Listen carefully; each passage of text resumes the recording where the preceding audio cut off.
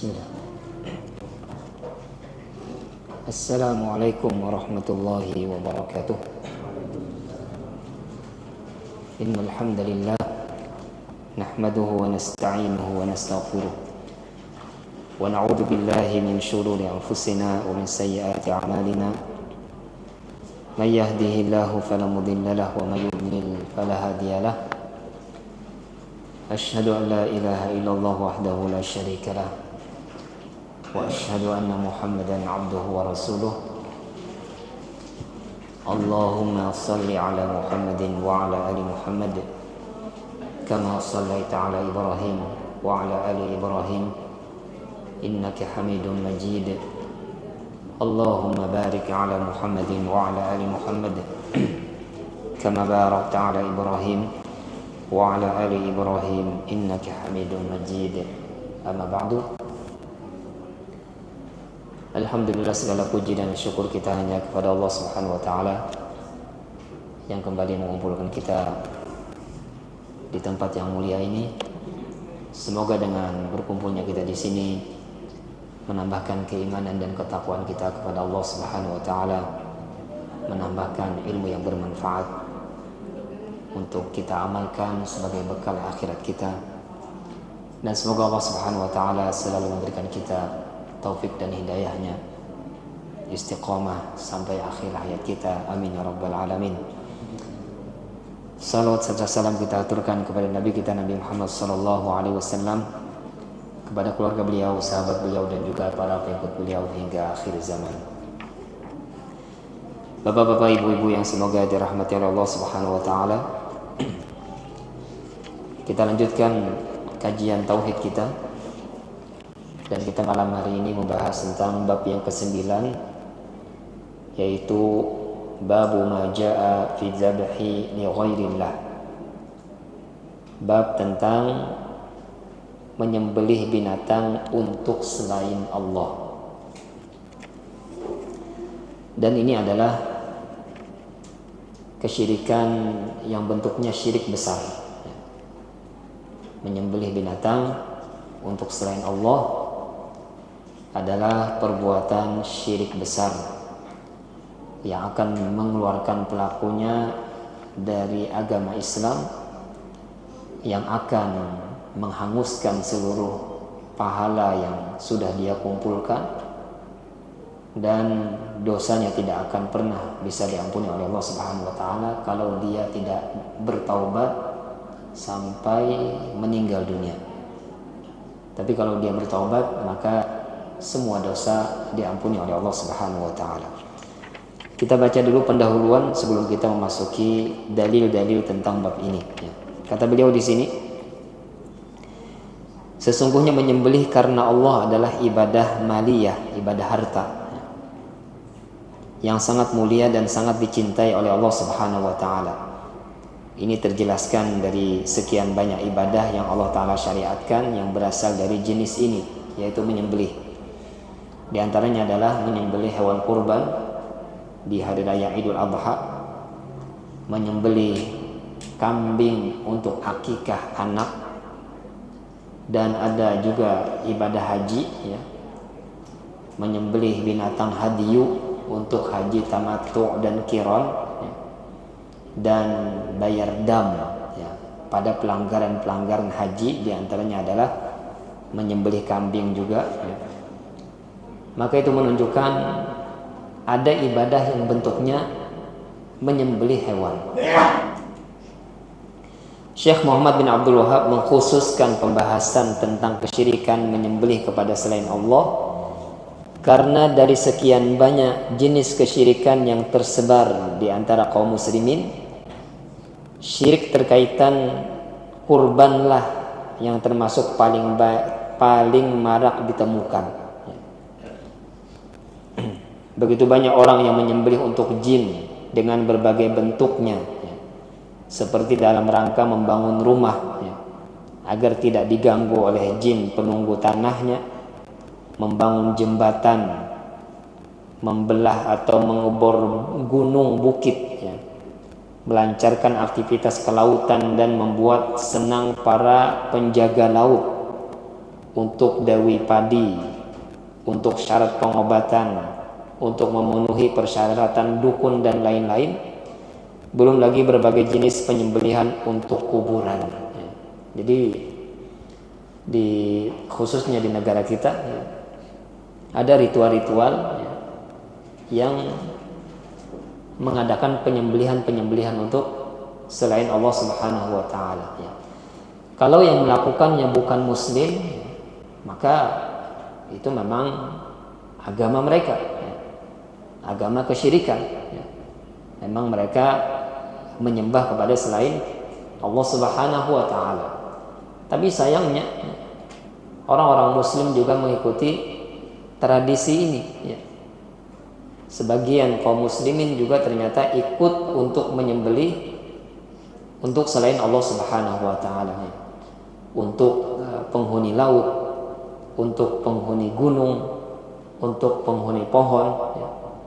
Bahkan dulu sering ulun dengar ketika kecil di kampung ada orang-orang yang berobat, dia bukan ke dokter, datang ke dokter, bukan ke rumah sakit, tapi dia berobat datang ke dukun, orang pintar.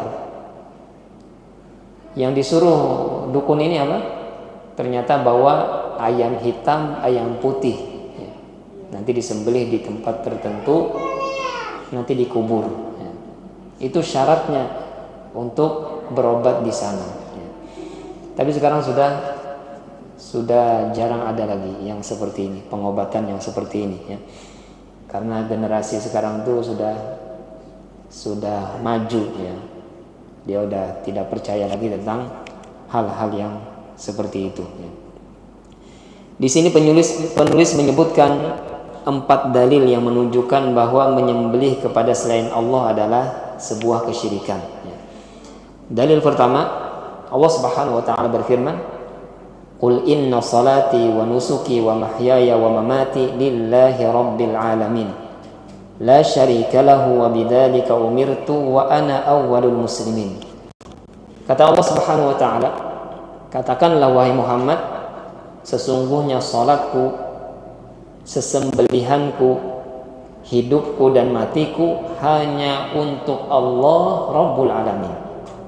Tidak ada sekutu baginya, dan itulah yang diperintahkan kepadaku, dan aku termasuk orang yang pertama-tama berserah diri kepada Allah Subhanahu wa taala.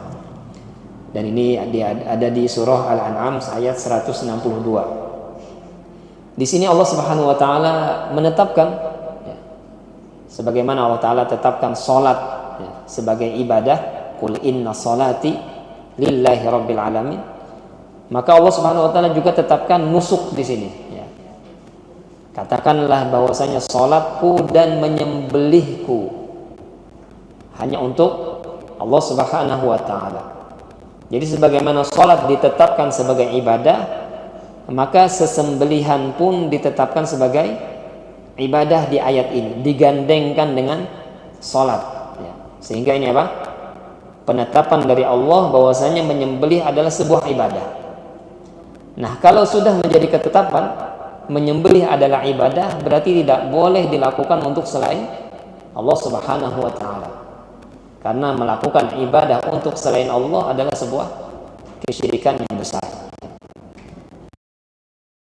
Ditekan dengan beberapa penekanan. Pertama, sesembelihan di sini digandengkan dengan sholat, dan ini adalah 2 ibadah yang besar. Sholat dan menyembelih adalah 2 ibadah yang besar. Sholat adalah ibadah anggota badan, sedangkan menyembelih adalah ibadah harta. Maka 2 ibadah ini digandengkan secara lengkap dari ibadah kita, ibadah badan dan juga ibadah mengeluarkan harta. Dan Allah Subhanahu wa taala juga tekankan la syarikalah, tidak ada sekutu baginya pada salat, pada sesembelihan, tidak ada sekutu bagi Allah Subhanahu wa taala. Dan di akhir ayat juga Allah taala katakan Wa ana awwalul muslimin, katakanlah aku adalah orang-orang yang pertama berserah diri kepada Allah Subhanahu wa taala. Sebagaimana Allah taala tetapkan ini adalah ibadah, maka berserah diri. Tidak boleh melakukan hal yang tersebut kecuali untuk Allah Subhanahu wa taala. Dalil yang kedua, Allah Subhanahu wa taala firmankan, dan ini ayat kita semua insyaallah sudah hafal, fasholli li rabbika wanhar, ya.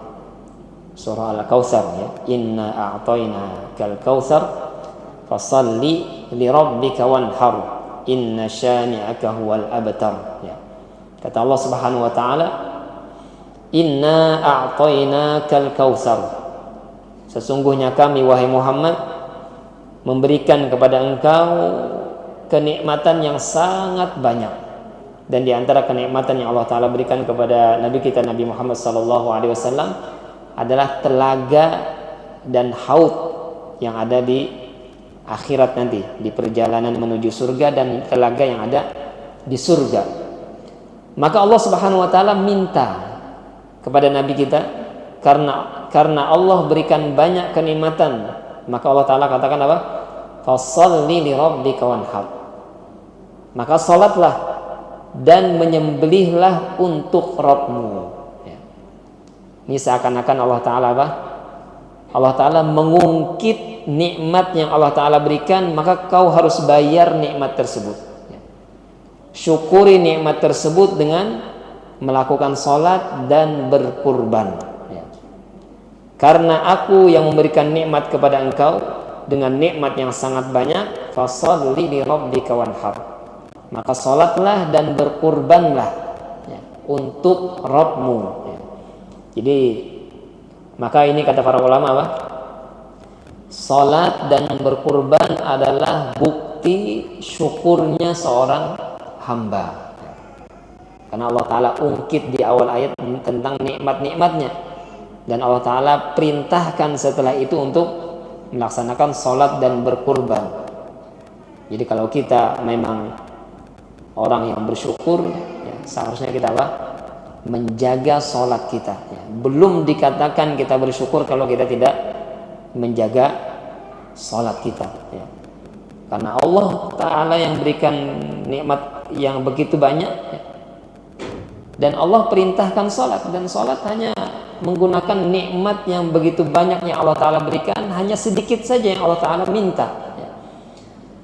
Allah Ta'ala berikan kita satu hari 24 jam, dan sholat hanya memerlukan beberapa menit saja, ya.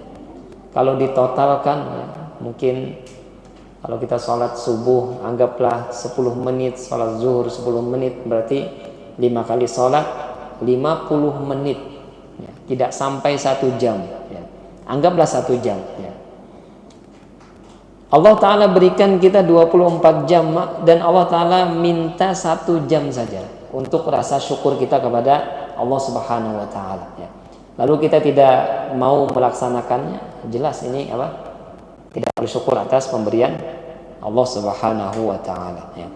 Jadi tanda seseorang bersyukur dia mengerjakan sholatnya. Lebih banyak dia sholatnya, lebih tinggi rasa syukurnya kepada Allah Subhanahu wa Ta'ala. Begitu juga harta. Tanda seseorang bersyukur memiliki harta yang banyak, maka ketika ada pensyariatan ibadah kurban, maka dia keluarkan harta untuk melaksanakan ibadah kurban. Nah, di ayat ini kaitannya dengan bab kita adalah sama dengan ayat yang kita baca tadi. Allah Subhanahu wa Ta'ala gandengkan antara salat dan berkurban. Artinya sebagaimana salat adalah ibadah, maka berkurban juga adalah ibadah. Maka dua-duanya tidak, sebagaimana salat tidak boleh dikerjakan untuk selain Allah, maka berkurban juga tidak boleh dikerjakan untuk selain Allah Subhanahu wa Ta'ala, karena dua-duanya adalah ditetapkan sebagai ibadah, ya. Dalil yang ketiga, Ali bin Abi Thalib berkata, Rasulullah SAW bersabda kepadaku tentang 4 perkara. Kata Ali bin Abi Thalib radhiyallahu taala anhu, Kata Nabi SAW, la'anallahu man dhabaha li ghairillah, la'anallahu man la'ana walidayhi, la'anallahu man awa muhdisa, la'anallahu man ghayyara manaral ardi. Kata Nabi SAW, Allah melaknat orang-orang yang menyembelih binatang bukan karena Allah, untuk selain Allah. Allah melaknat. Kalau ada kalimat laknat di dalam Al-Quran atau hadis-hadis Nabi SAW, berarti dosa tersebut dosa besar. Ya. La'anallahu man la'ana walidayhi. Allah melaknat seseorang yang melaknat kedua orang tuanya. La'anallahu man awa muhdisa. Allah melaknat orang-orang yang melindungi orang yang berbuat kejahatan. La'anallahu man ghayyara manaral ardi. Dan Allah melaknat orang-orang yang mengubah tanda batas tanah, ya. Ngambil tanah orang lain, ya. Di sini ada 4 yang dilaknat oleh Allah Subhanahu wa taala, ya. Yang pertama berkaitan dengan bab kita, ya. Orang yang menyembelih hewan untuk selain Allah, maka dia kena laknat, ya. Dan laknat ini apa? At-tardu an rahmatillah. Dia dijauhkan dari rahmat Allah Subhanahu wa taala, ya. Dan kalau seseorang dijauhkan dari rahmat Allah, dia tidak akan masuk surga. Dia tidak masuk surga, ya. Karena kita masuk surga dengan apa? Dengan rahmat Allah, ya. Kalau kita tidak diberikan rahmat, tidak masuk surga, ya. Sampai dosa kita betul-betul diampuni atau dibersihkan, baru apa? Allah Ta'ala rahmati. Nah, ini makanya termasuk dosa besar, ya. Menyembelih hewan untuk selain Allah dosa besar. Dan termasuk sini adalah laknat yang kedua, orang yang melaknat kedua orang tuanya, ya. Dia juga dilaknat oleh Allah Subhanahu wa taala, ya. Dan para sahabat Nabi SAW bertanya, ya. Ada hadis Nabi SAW, ya. Adakah orang yang mencela orang tuanya, ya, melaknat orang tuanya, ya. Mungkin di zaman Nabi SAW tidak ada orang yang mencela dan melaknat orang tua, ya. Zaman sekarang ada, ya. Bahkan bisa jadi banyak orang yang durhaka terhadap kedua orang tuanya. Zaman dahulu mungkin hampir tidak ada. Sehingga para sahabat Nabi SAW bertanya, adakah orang yang mencela dan melaknat orang tuanya? Maka kata Nabi SAW, yasubbu, dia mencela dan melaknat orang tua orang lain, maka orang lain pun mencela dan melaknat orang tuanya. Jadi ini sama, ya. Dialah menjadi sebab orang tuanya dilaknat dan dicela oleh orang lain, maka dia dihukumkan apa? Melaknat dan mencela orang tuanya sendiri, karena dia yang menjadi sebab utama orang tuanya dilaknat dan dicela oleh orang lain, ya. Maka jangan kita melakukan sesuatu, ya, atau mengatakan kata-kata laknat terhadap orang lain atau orang tua orang lain yang akan dibalas, ya, orang lain itu membalas melaknat orang tua kita, maka dihukumi kita sebagai sebab terjadinya laknat kepada orang tua kita sendiri, ya. Dan kata-kata laknat memang tidak pantas keluar dari mulut seorang muslim, ya, orang mukmin, ya. Orang mukmin dia apa? Menjaga lisannya. Kalau tidak berkata-kata baik, lebih baik apa? Diam, ya. Lebih baik diam, ya. Falyaqul khairan aw liyasmut, ya. Kata Nabi SAW, man kana yu'minu billahi wal yaumil akhir falyaqul khairan aw liyasmut. Siapa yang beriman kepada Allah dan hari akhir, hendaklah dia berkata-kata baik atau minimal diam. Jangan mengatakan perkataan-perkataan yang buruk, ya, apalagi sampai melaknat orang lain. Yang ketiga yang dilaknat oleh Allah Subhanahu wa taala adalah la'anallahu man awa muhditsa. Allah melaknat orang yang melindungi orang yang berbuat kejahatan. Nah, ini. Jadi orang berbuat kejahatan dilindungi, ya. Ini ada, ya, di tempat-tempat kita, ya. Karena dia dibayar, ya. Jadi karena dia dibayar, lalu dia apa? Melindungi kejahatan, ya. Nah, ini makanya banyak kejahatan jadinya, ya. Karena ada apa? Ada perlindungan, ya.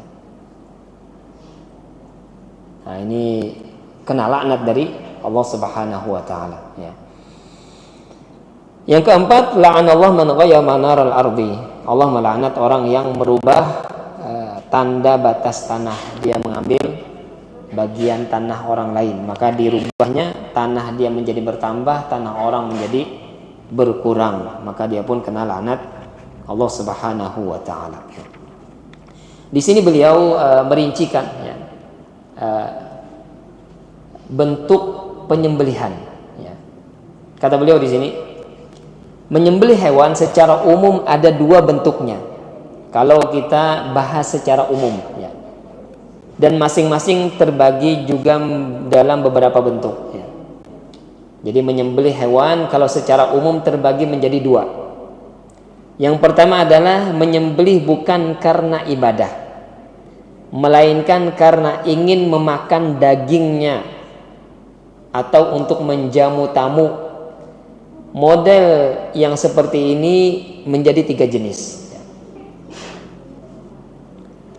Yang kedua adalah menyembelih yang betul-betul untuk ibadah.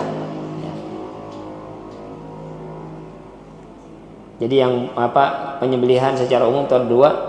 Model pertama itu bukan bentuk ibadah. Cirinya apa? Tandanya tujuannya adalah daging. Ya. Tujuannya apa? Untuk dimakan.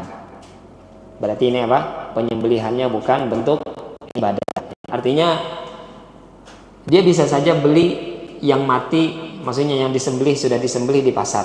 Misalnya kita datang, ada tamu datang ke rumah kita, lalu kita tidak punya sesuatu yang bisa disuguhkan, ya, bisa dihidangkan. Kita punya ayam di belakang, ya. Lalu kita sembelih ayam kita untuk makan bersama tamu. Maka ini bentuk penyembelihannya apa? Bukan ibadah, ya. Ini bentuk penyembelihannya bukan ibadah. Kenapa? Karena tidak harus menyembelih.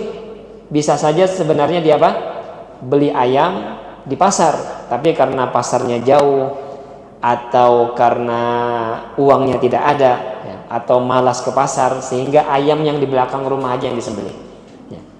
Maka ini bentuk penyembelihannya bukan ibadah. Adapun bentuk penyembelihan yang kedua adalah bentuk penyembelihan yang ibadah. Cirinya apa? Cirinya harus ada hewan yang disembelih yang masih hidup, ya. Tidak bisa beli ke pasar. Seperti akikah, ya. Kita punya anak baru lahir, kita mau akikah. Bolehkah kita beli kambing yang sudah disembelih di pasar, ya? Walaupun lengkap, kita beli dari kepalanya sampai buntutnya sampai kulitnya kita beli, lalu kita bagi-bagikan ke tetangga, ya. Kita katakan ini akikah buat anak saya. Sahkah akikah seperti itu? Tidak sah, ya. Karena ritual akikah itu adalah penyembelihannya, ya. Begitu juga ibadah kurban, ya. Di hari raya Idul Adha ada sapi, kambing yang hidup yang kita sembelih, lalu kita bagikan dagingnya kepada warga, ya. Inilah bentuk penyembelihan yang ibadah, ya. Tidak bisa kita hari raya Idul Adha karena orang-orang sudah tidak ada yang jual kambing dan sapi, sudah habis semua, lalu ke pasar beli kambing yang masih lengkap, dibungkus, lalu dibagikan ke warga, dikatakan ini adalah daging kurban, ya, atau kambing kurban. Tidak bisa, ya. Karena apa? Tidak ada ritual penyembelihannya. Nah, jadi ini apa? Yang harus ada ritual penyembelihannya, tidak bisa diganti dengan hewan yang sudah mati disembelih, ya. Maka ini bentuk penyembelihannya apa? Ibadah. Jadi kalau ada ritual-ritual yang dilakukan seperti ini dimanapun, di pantai, di gunung, di goa, kata dia apa? Harus ada hewan yang hidup yang disembelih di sini. Tidak bisa kita beli di pasar. Pokoknya ritualnya harus seperti itu. Ya. Harus ada ritual penyembelihan di sini. Oh, berarti ini apa? Penyembelihan yang bentuknya ibadah. Berarti ini sebuah kesyirikan. Tapi kalau dilakukan untuk Allah adalah sebuah ibadah yang benar. Ya. Tapi ibadah yang benar penyembelihan hanya yang tadi saja yang kita sebutkan. Ibadah akikah, ibadah kurban, dan ada ibadah haji, ya. Hadiu tadi dan bayar dam tadi, ya. Ada kerincian, ya, pada dua bagian penyembelihan ini, ya. Yang tadi, ya, penyembelihan yang bukan ibadah tadi, ya. Walaupun sebenarnya bukan ibadah, tapi ada aturan dalam syariat kita, ya, untuk kehalalan sesembelihan tersebut, ya. Yang pertama adalah menyembelih dengan menyebut nama Allah, maka sesembelihannya apa? Halal, ya. Jadi walaupun sebenarnya dia apa? Menyembelih ini bukan untuk ibadah tapi untuk makan-makan, tapi ada aturannya dalam syariat kita dalam menyembelih hewan agar hewan tersebut halal untuk dimakan. Maka rincian pertama adalah kalau menyembelihnya dengan menyebut nama Allah, bismillah, maka sesembelihannya apa? Halal. Yang kedua, menyembelih dengan tidak menyebut nama Allah, maka sesembelihannya haram untuk dimakan, ya. Dia sengaja, ya, bukan lupa, ya, sengaja tidak menyebut nama Allah, ya. Dia sembelih atau cara menyembelihnya tidak sesuai dengan syariat, ditembakkah atau dipotong perutnya, ditusuk, ya. Maka ini apa? Sama-sama mati, tapi ini bangkai, ya. Tidak halal dimakan karena tidak sesuai dengan aturan syariat dalam penyembelihan hewan. Yang ketiga, menyembelih dengan menyebut nama selain Allah, ya. Dia tujuannya untuk makan, tapi ternyata ketika dia menyembelih, dia sebutkan apa? Nama selain Allah, misalnya nama Nabi Isa, Nabi Musa, atau Ka'bah, ya. Maka ini dihukumkan oleh para ulama termasuk syirik kecil, ya. Walaupun tadi apa? Bentuk ritualnya itu bukan penyembelihan ibadah, tapi ketika dia menyembelih yang seharusnya menyebut nama Allah, dia sebut nama selain Allah, maka ini dihukumkan seperti seseorang bersumpah dengan nama selain Allah, ya. Maka dihukumkan apa? Syirik kecil, ya. Syirik kecil, dan sesembelihannya pun tidak halal untuk dimakan, ya. Tidak, yang tidak menyebut nama Allah saja tidak halal, apalagi sesembelihan yang menyebut nama selain Allah, ya. Maka hanya satu saja tadi, sesembelihan yang bukan ibadah yang halal dimakan adalah ketika menyembelih menyebut nama Allah Subhanahu wa taala. Adapun kerincian yang bentuk kedua, ya, menyembelih dalam rangka ibadah tadi. Yang pertama, menyembelih untuk Allah, maka ini adalah ibadah yang mulia, ya. Jadi dia meniatkan menyembelih memang untuk Allah Subhanahu wa taala, seperti penyembelihan tatkala Idul Adha, akikah, haji, ya. Dan sesembelihan karena nazar, ya. Jadi ada lagi bentuk yang lain apa? Ibadah sesembelihan karena nazar, ya. Maka itu boleh juga kalau memang nazarnya untuk Allah Subhanahu wa taala. Yang kedua, menyembelih dengan niat mempersembahkan kepada selain Allah, maka ini adalah syirik besar yang mengeluarkan seseorang dari agama. Walaupun ia menyembelihnya dengan menyebut nama Allah, barometernya adalah tujuan dan niatnya ketika menyembelih.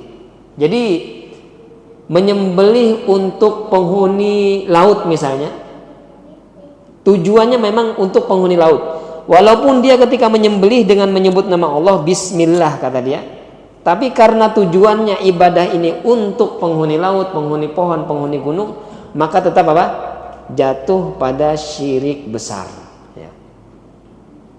Nah, ini sebagian orang tertipu ya dengan praktek seperti ini.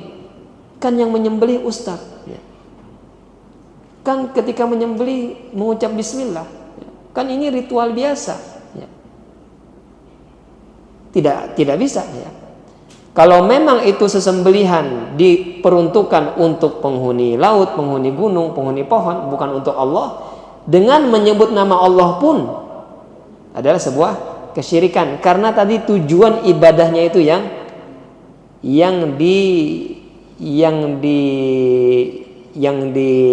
diperhitungkan ya, yang menjadi tujuan utama ya. Di antara contohnya kata beliau ya, menyembelih untuk jin ya. Tentu pada dasarnya daging sesembelihannya bukan untuk dimakan oleh jin, akan tetapi sebagai wujud pengagungan terhadap jin tersebut. Praktek ini sangat marak ditemukan di tanah air kita yang tercinta ya. Jadi kata beliau, ini banyak juga dilakukan di tanah air kita. Kalau yang melakukan orang kafir, orang musyrik, maka memang pekerjaan mereka seperti itu. Orang muslim jangan ikut-ikutan ya. Yang kedua, contohnya menyembelih di atas kuburan dalam rangka mengagungkan penghuni kubur ya. Sebagaimana sebagian orang yang bernazar untuk menyembelih di atas kuburan, maka ini juga apa? Syirik besar. Yang contoh yang lain, menyembelih di hadapan syekh atau guru tertentu dalam rangka untuk mengagungkannya ya, bukan untuk memakan daging sesembelihan tersebut. Jadi misalnya ada kedatangan tamu besar ya, dimuliakan ya, bentuk pemuliaannya diantaranya apa? Menyembelih di hadapannya ya. Maka ini apa? Berarti dia beribadah untuk tamunya ya. Karena dia niatnya apa? Menyembelih ini untuk mengagungkan, memuliakan tamunya ya. Maka ini juga apa? Syirik besar. Contoh yang lain kata beliau, menyembelih di hadapan tamu agung yang datang dalam rangka untuk mengagungkannya, karena pada dasarnya penyembelihan tersebut bukan untuk diambil dagingnya lalu diberikan kepada sang tamu agung, sang tamu ya, untuk dimakan ya, sang tamu untuk dimakan, akan tetapi hanya sekedar simbolik pengagungan kepadanya ya. Lain halnya kalau seseorang menyembelih bukan di hadapan sang tamu, kemudian menyembelih sesembelihan tersebut dagingnya diambil untuk menjamu tamu tersebut, maka perbuatan ini adalah kebaikan ya. Jadi memang kalau untuk dimakan untuk tamu ya, maka ini apa? Bentuk memuliakan yang dibolehkan ya. Menjamu tamu ya. Dengan apapun silahkan, tidak harus pakai menjamu menyuguhkan ayam, daging dan lain-lain ya. Tidak sebuah keharusan. Kalaupun ada itu maka tidak masalah ya. Tapi kalau memang tujuannya karena ini tamu besar, tamu agung, maka bentuk pengagung, di antara bentuk pengagungannya menyembelih hewan di hadapannya ya. Maka ini sebuah apa?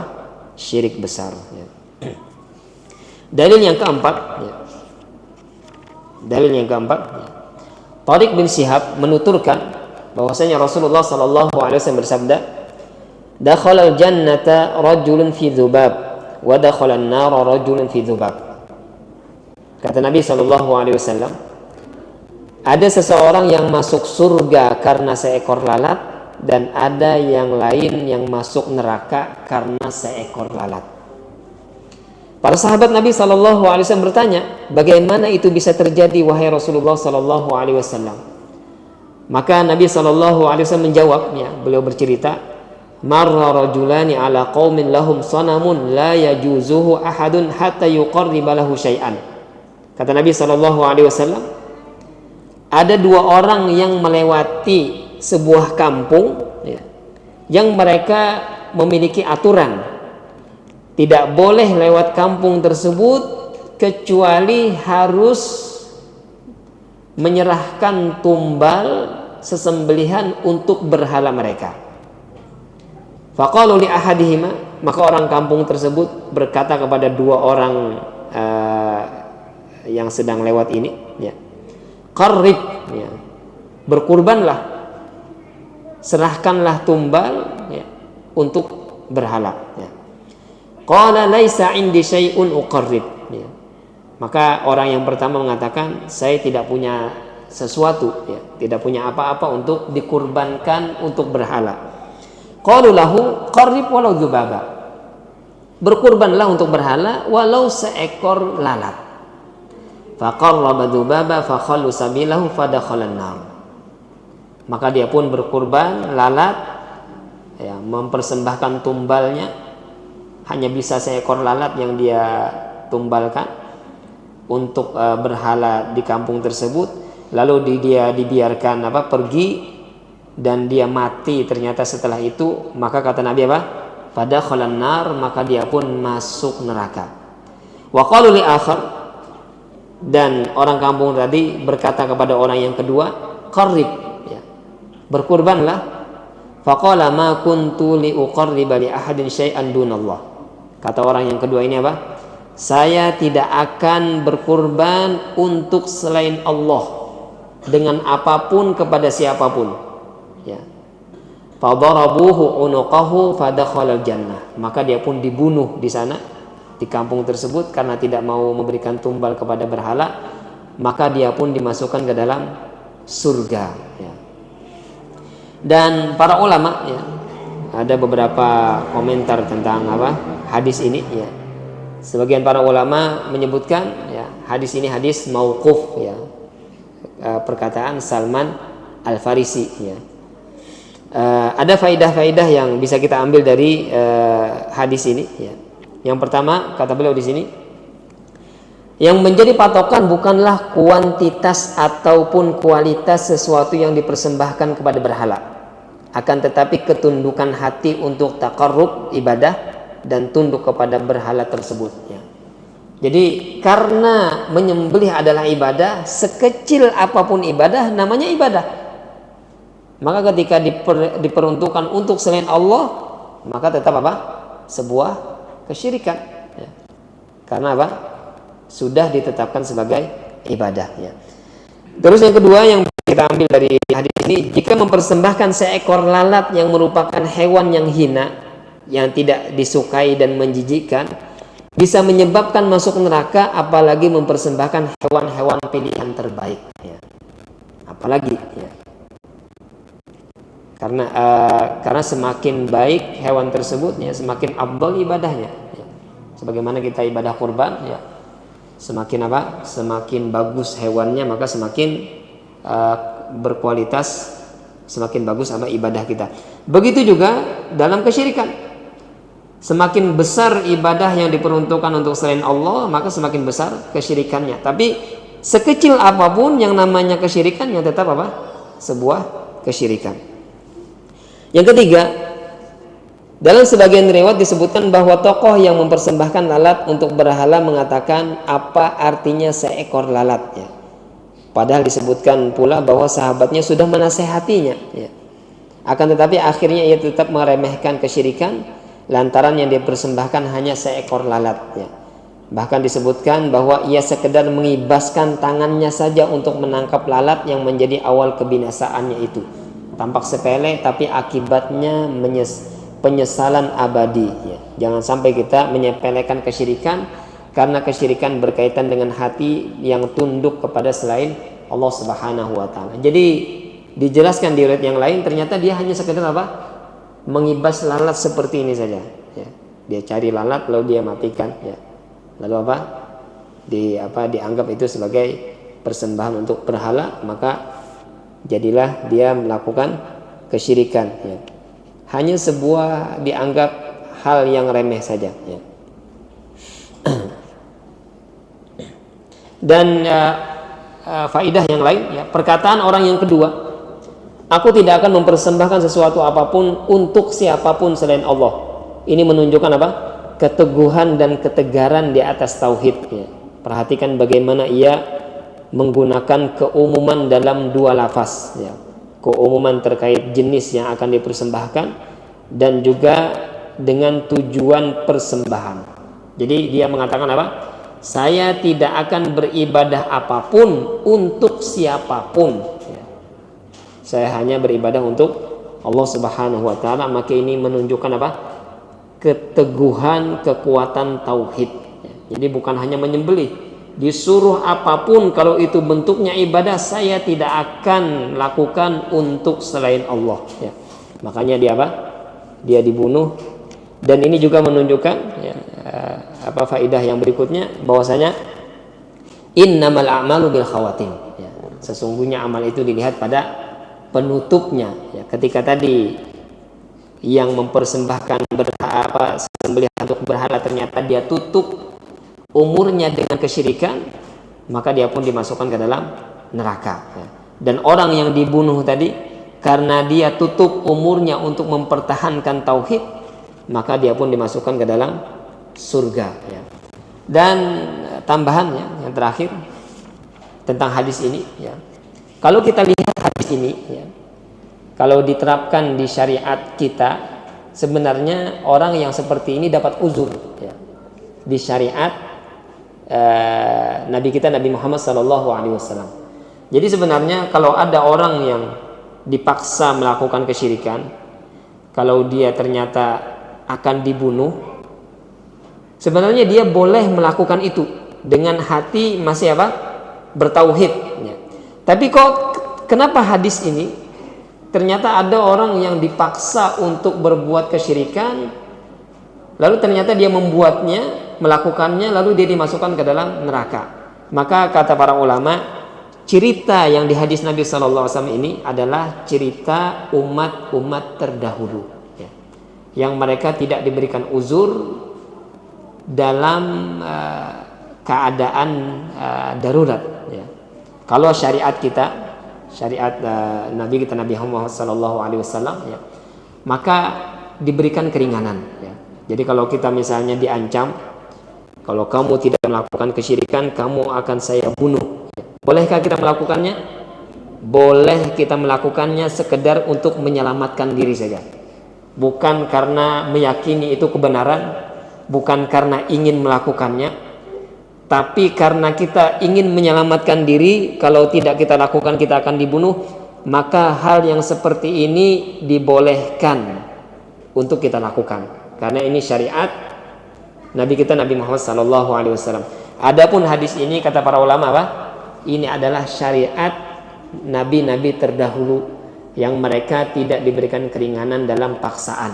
Mereka betul-betul kalau diancam, kalau dipaksa harus mempertahankan tauhid mereka. Kalau tidak, neraka. Ya. Dan ini adalah bentuk juga kasih sayang Allah Subhanahu Wa Taala kepada umat Nabi kita Nabi Muhammad SAW. Ya. Makanya pernah terjadi kepada Ammar bin Yasir. Ya. Dan diturunkan ayat tentang beliau. Ya. Ketika Ammar bin Yasir disiksa oleh orang-orang musyrik, ya, orang tuanya disiksa di hadapannya, ya, dibunuh, ya, sisa ibunya yang belum dibunuh, ya, maka orang-orang musyrik mengatakan kepada Ammar bin Yasir, ya, kamu harus menghina Muhammad, kamu harus keluar dari agama Muhammad, kalau tidak ibumu akan kami bunuh. Ya. Maka dia pun terpaksa menghina Nabi, ya, di hadapan orang-orang musyrik, ya. Maka dia dibiarkan hidup oleh orang-orang musyrik. Maka ketika dia dilepaskan, dia mengadu kepada Rasulullah SAW, saya tadi disiksa oleh orang-orang musyrik dan saya dipaksa untuk menghina engkau, dipaksa keluar dari agama Islam. Ya. Maka diturunkanlah Allah Subhanahu Wa Taala menurunkan ayat, ya, man kafara billah min ba'di imanihi illa man ukriha wa qalbuhu mutmainnun bil iman walakin man syaraha bil kufri sadran fa alaihim ghadabun minallahi wa lahum adzabun adzim. Ya. Orang yang melakukan kekufuran, ya, setelah dia beriman, namun apa? Kecuali kata Allah, man ukriha wa qalbuhu mutmain. Ya. Kecuali orang yang melakukan itu dalam keadaan hati masih tenang dengan keimanan, ya, maka dia tidak diterapkan kekufuran dan tidak mendapatkan azab yang besar. Ya. Ini pengecualian. Ya. Orang yang seperti ini apa? Dikecualikan, diberikan keringanan dalam syariat Nabi kita Nabi Muhammad sallallahu alaihi wasallam. Ya. Insya Allah nanti akan kita lanjutkan di pertemuan berikutnya tentang bab masih tentang menyembelih ya.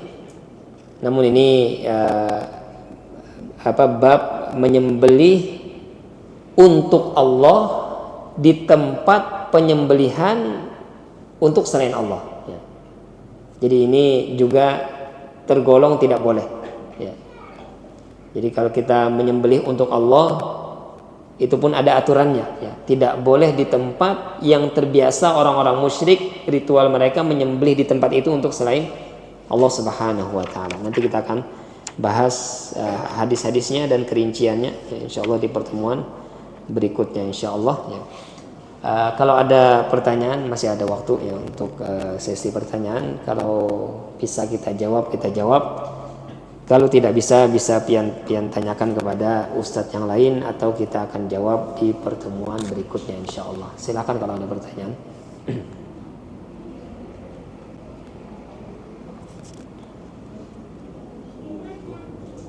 Waalaikumsalam warahmatullahi wabarakatuh.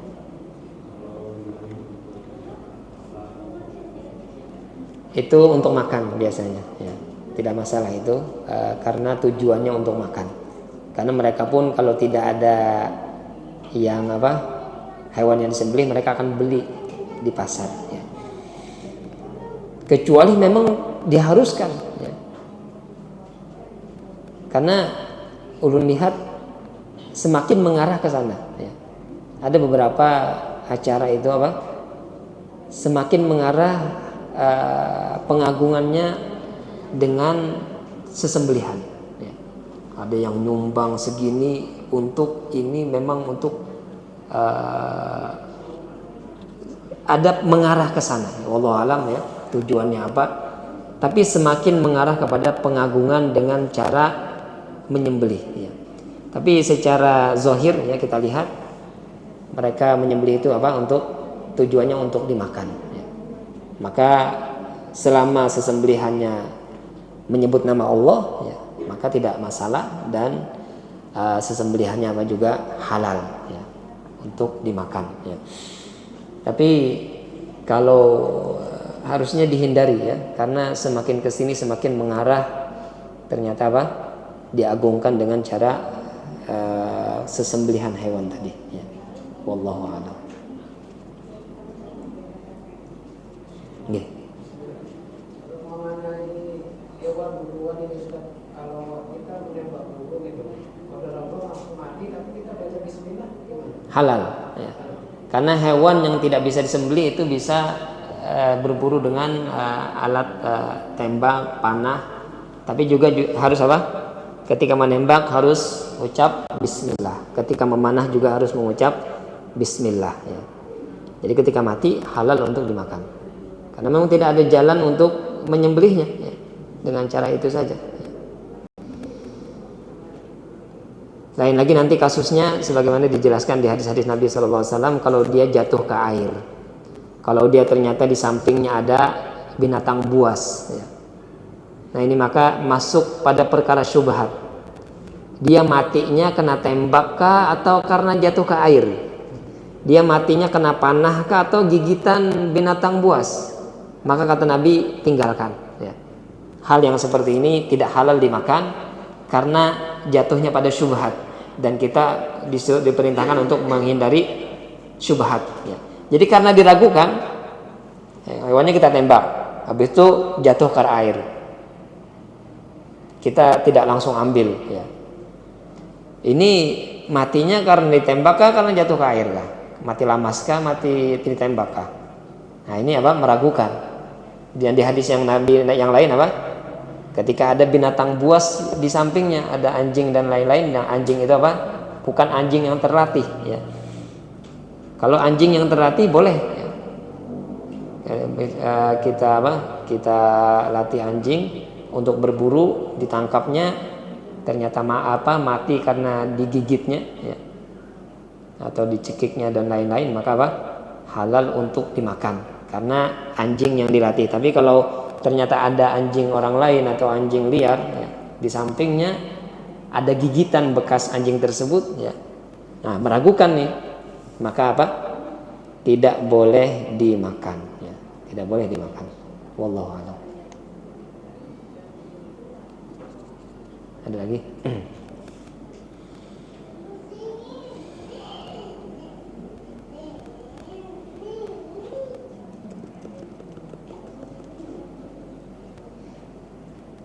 Cukup ya. Insyaallah kita lanjutkan nanti bab ke-10 tentang menyembelih untuk Allah di tempat sesembelihan ritual orang-orang yang menyembelih untuk selain Allah Subhanahu wa taala. Semoga apa yang kita kaji menambah ilmu kita tentang tauhid dan kesyirikan sehingga kita lebih berilmu ya, lebih paham tentang tauhid ya, untuk mengokohkan tauhid kita dan menjaga tauhid kita dari berbagai macam bentuk kesyirikan ya. Dan semoga Allah Subhanahu wa taala berikan kita istiqomah dalam menuntut ilmu ya, istiqomah dalam kebaikan, istiqomah dalam ketaatan sampai akhir hayat kita, dan semoga Allah Subhanahu wa taala masukkan kita ke dalam surganya, amin ya rabbal alamin. Salah khilaf mohon maaf ya. Dan kita akhiri majlis kita tutup dengan doa kafaratul majlis. Subhanakallahumma bihamdika asyhadu an la ilaha illa anta astaghfiruka wa atubu ilaik. Assalamualaikum warahmatullahi wabarakatuh.